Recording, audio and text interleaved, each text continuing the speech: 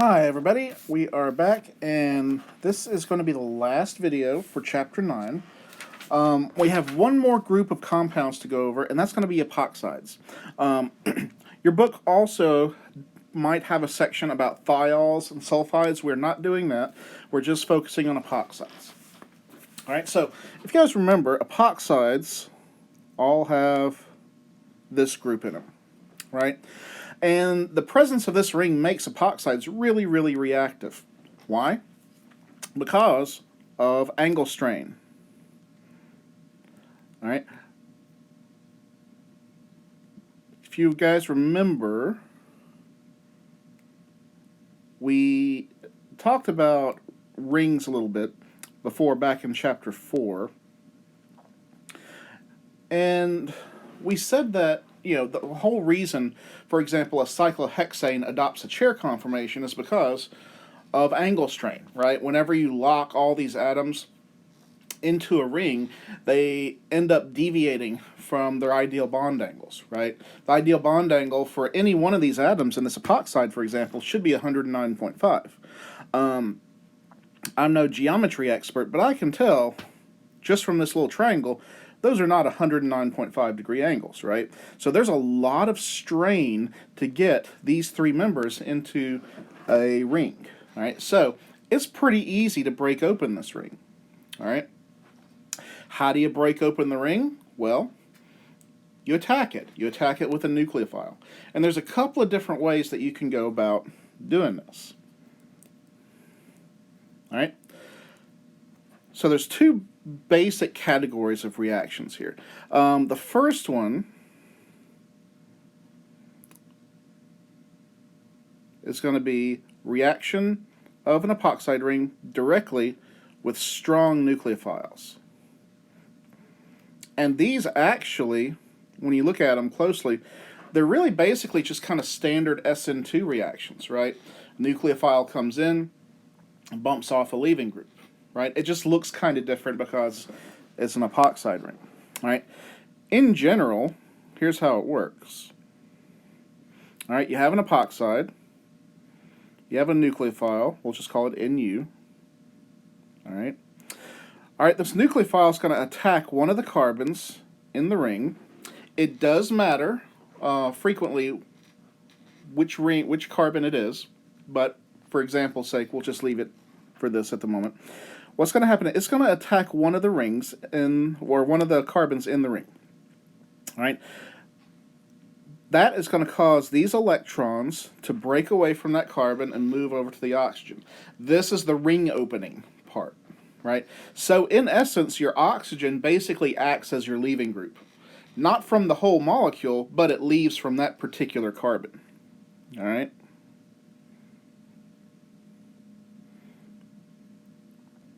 It gives you that. And then typically what you do is you follow this up with a proton source. All right. Usually the proton source in this step is either going to be water or an alcohol. All right. So O- grabs a proton and voila, you are done. So you always get an alcohol out of this. All right. You always produce this group. Depending on what your nucleophile is, you might have something else. You could have an ether linkage in there. If it's an OR group, you could have a diol, which is two alcohols, if you had another OH acting as nucleophile. Possibilities are, well, they're not endless, but they're vast. All right? Now, I could show you this in real life, or I guess with a real life example, a specific example, not just, a generalized example like that. You could have something like, again, if we use just the basic base level epoxide, oxirane, you could have something like this, NaOCH3 acetone system for the first step, and then a second step followed up by water. This would proceed the same exact way that we saw before. OCH3 is your nucleophile. It would come in. In this particular case, it does not matter which carbon you would attack because they're exactly the same, right? These electrons move up.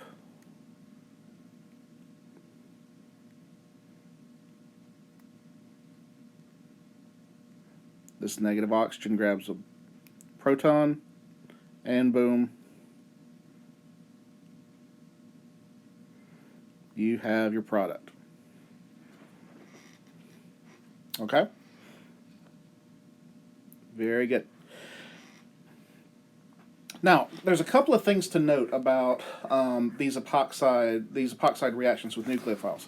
Number one, the nucleophile, just like any other SN2 reaction, always demonstrates a backside attack. That's because, and that's the reason why, even though I really didn't have to draw it like this, I kind of drew the nucleophile and the OH sort of pointed in opposite directions.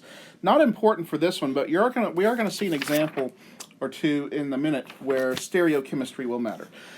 Your OH and your nucleophile will always be pointed in opposite directions, just because you get this backside attack. All right. Also, if you happen to have a different type of epoxide, maybe one, say, that was not as symmetrical as the one I just did, then it does matter, like I said, which carbon you attack. All right, let's take this one for example.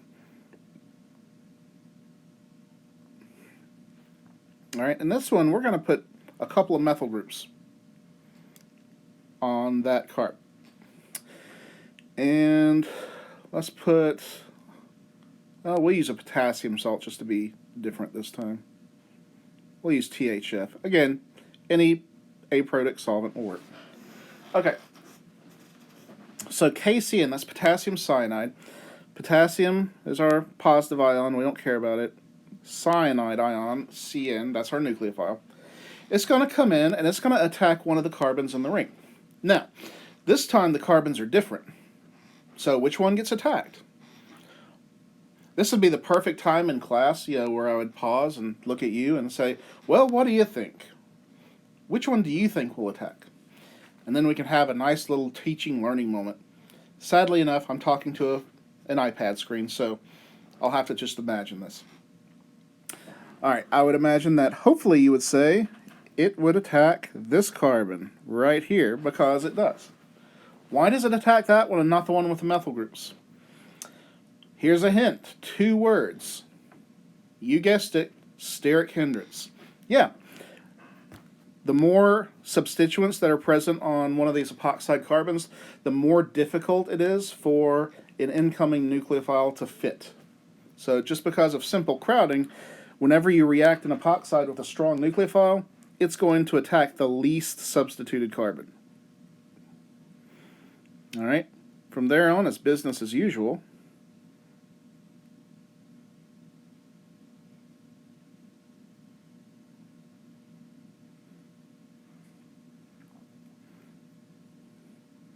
And then the second step is to add a proton source, water, boom.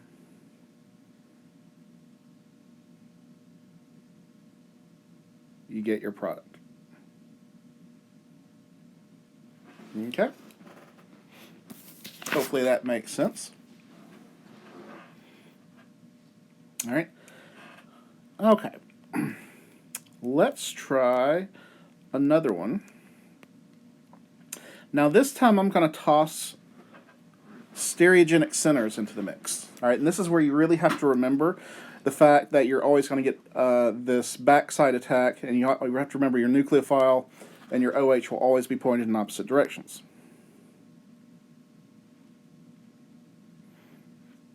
All right, let's say we have this.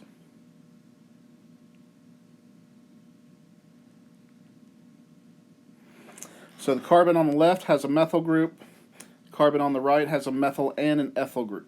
All right, we have them represented 3-dimensionally.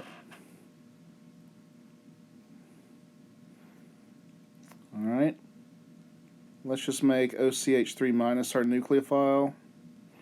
We'll use some acetone.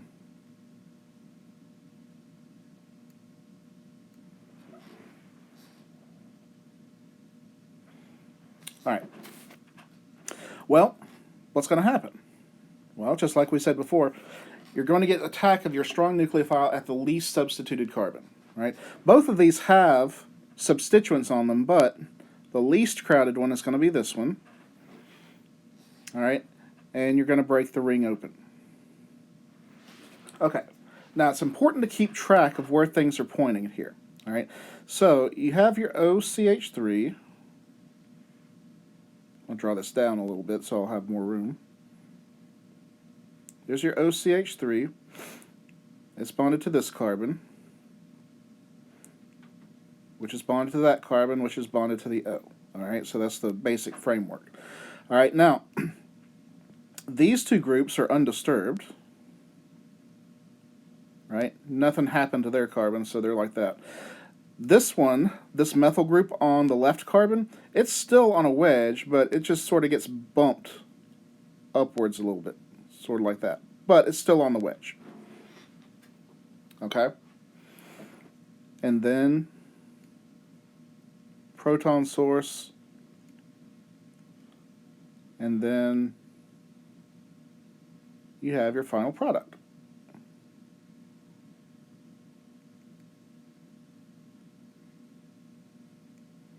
Okay? Three-dimensional structure. We have made sure to draw our nucleophile and our OH pointed in opposite directions. This is the only stereoisomer that you get. And that's kind of funny, right? Because if you look at this, this actually has two stereogenic centers. And, we learned back in Chapter 5, if we follow the formula, the maximum number of stereoisomers would be 2 raised to the number of stereogenic centers. That's 2. So the maximum possible number of stereoisomers is 4. But you only get 1. That's because they react in a very, very certain manner. The OCH3 only attacks the left carbon because of substitution, and it only does a backside attack. That eliminates some of these possible stereoisomers. Okay? So very important to remember that backside attack. All right, let me show you another one. And I'm not going to go through the whole mechanism for this one, but I think you guys can follow it. But I'm going to show you how the stereochemistry works. All right, here's a possibly scary looking structure. Ooh, yeah, we can have epoxides fused to cyclohexane rings, or any other, I guess, cycloalkane ring. Okay, now this one you have to think a little bit. All right, I'm going to do the same thing, and we'll just put OCH3 DMSO. No, I'm writing DMSO instead of acetone because honestly it's easier to draw with my stylus. How sad is that? All my styluses are getting worn out, so I need to go get some more.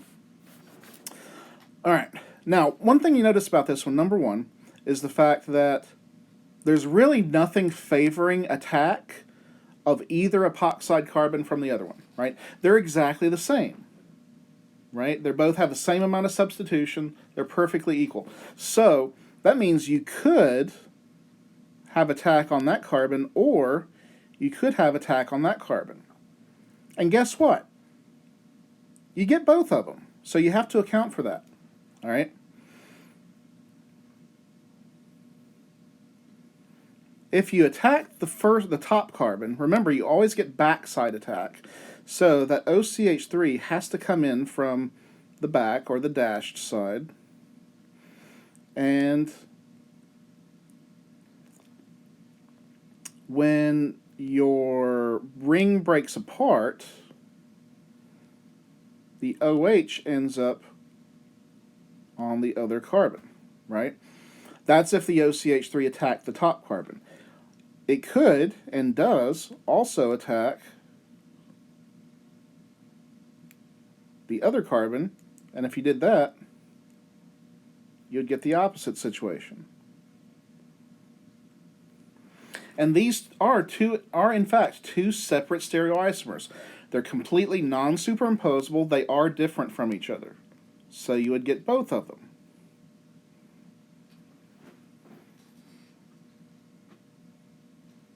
All right. 2 stereogenic centers, maximum number of stereoisomers is 4, but since you only get backside attack, you only get 2 of them. Okay? Now, I could have changed this just a little bit. Instead, I could have said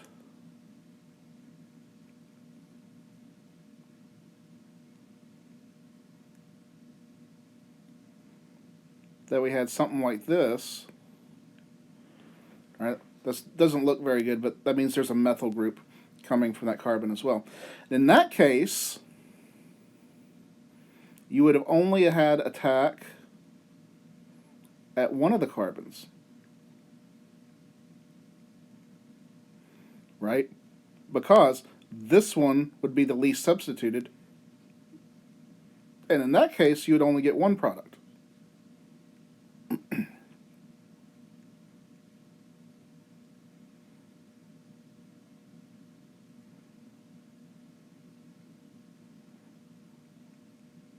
Okay? So, be sure to, by the way, I skipped the water step here. Hopefully you guys sort of made that connection that, yeah, it was done. But you can see how, following the rules of backside attack and also attack of, least substituted carbons, that really limits the number of stereoisomers that you have. All right, so be sure to be able to keep track of those. All right.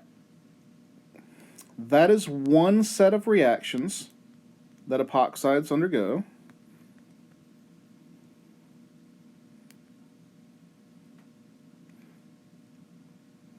All right. Epoxides can also react with acids.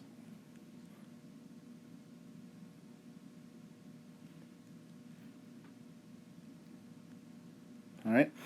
So, one thing they can do is they can react with strong halogen acids. So HCl, HBr, or HI. All right. Here's how this works. All right. Again, let's just say we have the bare bones epoxide here, and let's say we have HBr. All right. So, well, what do you think's going to happen? Well, ask yourself this question. You have a strong acid. What do strong acids like to do? Strong acids like to give up protons. All right. Is there anything in the epoxide that can accept a proton? You bet. We have an oxygen with electrons, right? So that's what happens first. You're going to protonate that epoxide oxygen. Okay. And that turns the oxygen positive. Then you have a Br minus left over. That's going to act as your nucleophile. In this case, it doesn't matter which carbon you pick. Come on. The Br is going to attack the carbon. The ring is going to break open. These electrons will go here.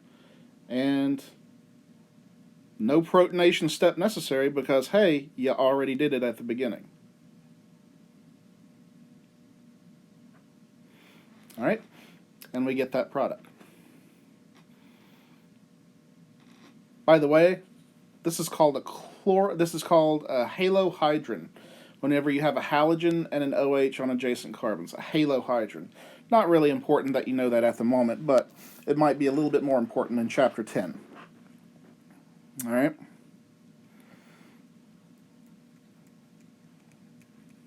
All right. Okay, let me get this erased. My stylus is on its last legs here, so I'm hoping it survives this video. I really don't want to do another video with my finger, but do what I have to do, I guess, right? All right. Let's say you had one like this.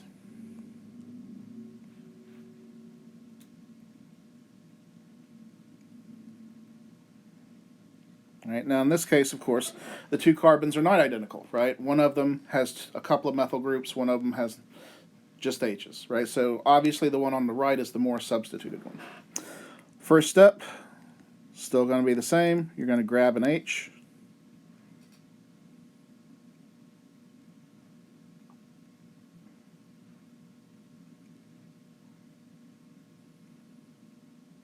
Oops, nope, don't want to do that. Okay. All right, so Next step, Cl minus is lurking. What do you think it's going to do? You are wrong. Haha. You know, again, in class I'd be able to do this cool little bait and switch thing where I get to, you know, fish for an answer and laugh at you. I'm assuming you got it wrong. Maybe you got it right. If so, kudos to you. I'm guessing most of you guessed that the Cl would attack the least substituted carbon, just like last time. And that would be a very logical guess. However, actually, the opposite happens. The Cl is going to attack the more substituted carbon in these cases. Why?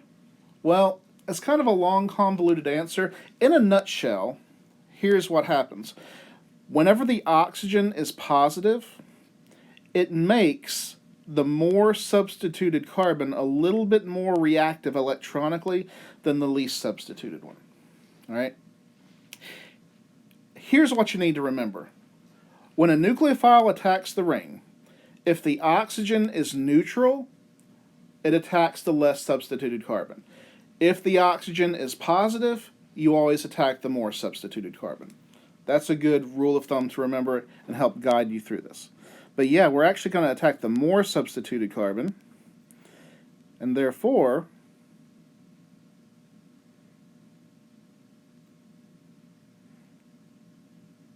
the Cl ends up on the right-hand side. Okay? All right, so that's definitely a bit of a difference between this example and the one without acids.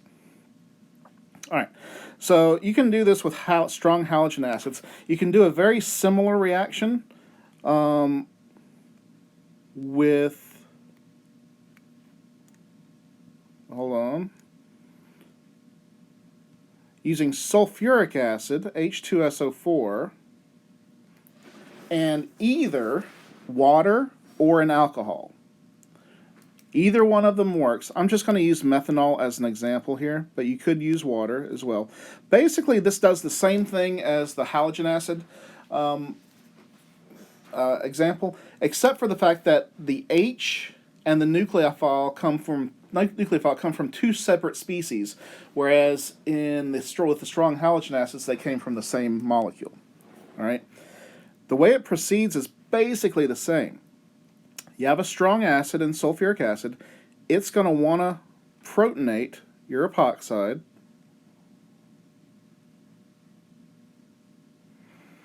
All right, and then a nucleophile is going to come in. Now, in this case, the nucleophile is not a halogen. It's going to be that methanol. Very weak nucleophile, but since that oxygen is neutral, the oxygen is positive, it makes it easier for it to attack. So, just like last time, it's going to attack your more substituted carbon.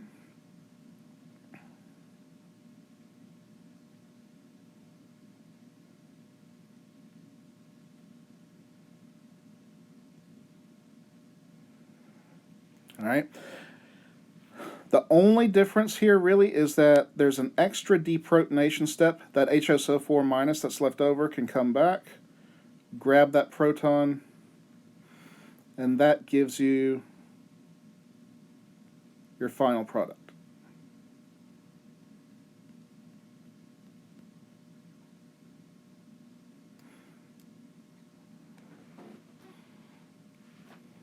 Very good. All right. All right, and that marks the end of the Chapter 9 reactions. I know there's a lot of them, but that is the nature of the beast. Pretty much the rest of the year, you're going to be bombarded with lots and lots of different types of reactions. So be sure to get lots of practice on these. That's the best way to get better at it. I do want to mention synthesis. They don't really discuss synthesis in your book too much here, but you can do synthesis, so it's always good to kind of keep up with some practice problems. We're not very complex yet, right? We can still do some one-step syntheses. So for example, I could tell you that this was your target compound, and you needed to make this starting off with an alcohol, right? So that's basically working backwards. I would approach this thinking, okay, well, I have a double bond between these two carbons. I know that if I use an alcohol to make an alkene, I have to lose an OH and I have to lose a beta hydrogen, right? So there's actually a couple of different ways I could go about this. Either one would be correct. I could say, well, I could do a dehydration with sulfuric acid of that alcohol, right? In that case, you have the OH here and a beta hydrogen here. You could have also done this.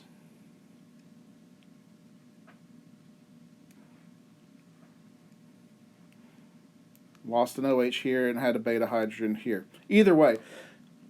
And you'll see this a lot with syntheses. There's a lot of times there's more than one correct answer. Some people love that, some people hate it.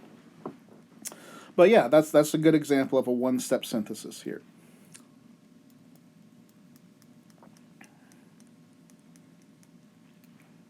All right. Something like this. Let's say you're trying to make, your target is to make an alkyl bromide, starting off with an alcohol, right? Well, again, just like last chapter, we kind of look at our product and we see, okay, well, what's a good candidate group here that probably acted maybe as a nucleophile? We would say it would probably be that, right? That also means the leaving group was probably on that carbon. So I would think probably this would be the alcohol. All right, so then you'd have to think, okay, what reagents could I add to get a replacement? There's a couple of different possibilities. You could add HBr to do this, right? Or you could have added PBr3. So, yeah, these one-step examples, they're basically just, the same problems, just worked backwards. However, you are going to start seeing, especially once we get through Chapter 10, examples of higher level synthesis problems where you have more than one step. And we can actually construct a couple of those in this chapter. All right, let's say I gave you this.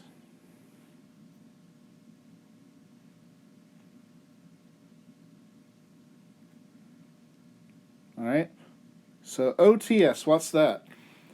That is a tosylate, right?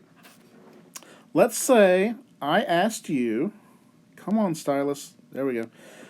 I said, okay, I want you to make this tosylate starting off with an alkyl halide. That's going to take more than one step because we've only learned one way to make a tosylate, and it didn't involve an alkyl halide, right? So this is an example of where you would actually use more than one step. I usually find it easiest to work multi-step syntheses backwards. Here's how I would go about this one. I would ask myself, okay, well, how do I make tosylates? Well, like I said, we've only learned one way to make them, right? We've learned how to make them from alcohols. So you'd say, okay, what's the alcohol that I need to make this particular tosylate? Well, you would want that OH there. And you need the reagents, to make a tosylate, you need an alcohol, you need tosyl chloride, and you need pyridine. Okay? So that gets you part of the way. So then you got to figure out, okay, how did I make this alcohol? Is there any way I can make this alcohol from an alkyl halide? And there is, yeah. Back in Chapter 7, right? If you had, oh, that looks terrible. Come on. Stylus is dying.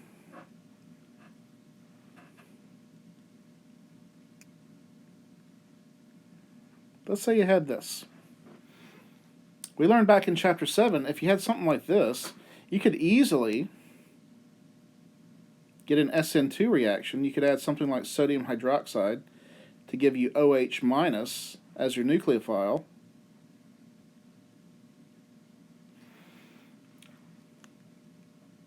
OH minus, Goes in there, replaces it, boom, gives you your alcohol. So yeah, this is an example of a two-step synthesis.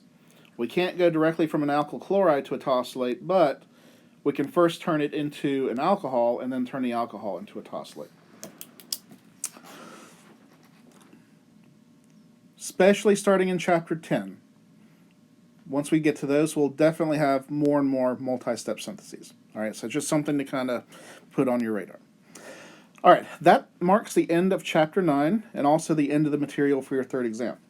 If you have any questions at any time, please, as always, feel free to let me know. Until next time, I will talk to you later. Bye-bye.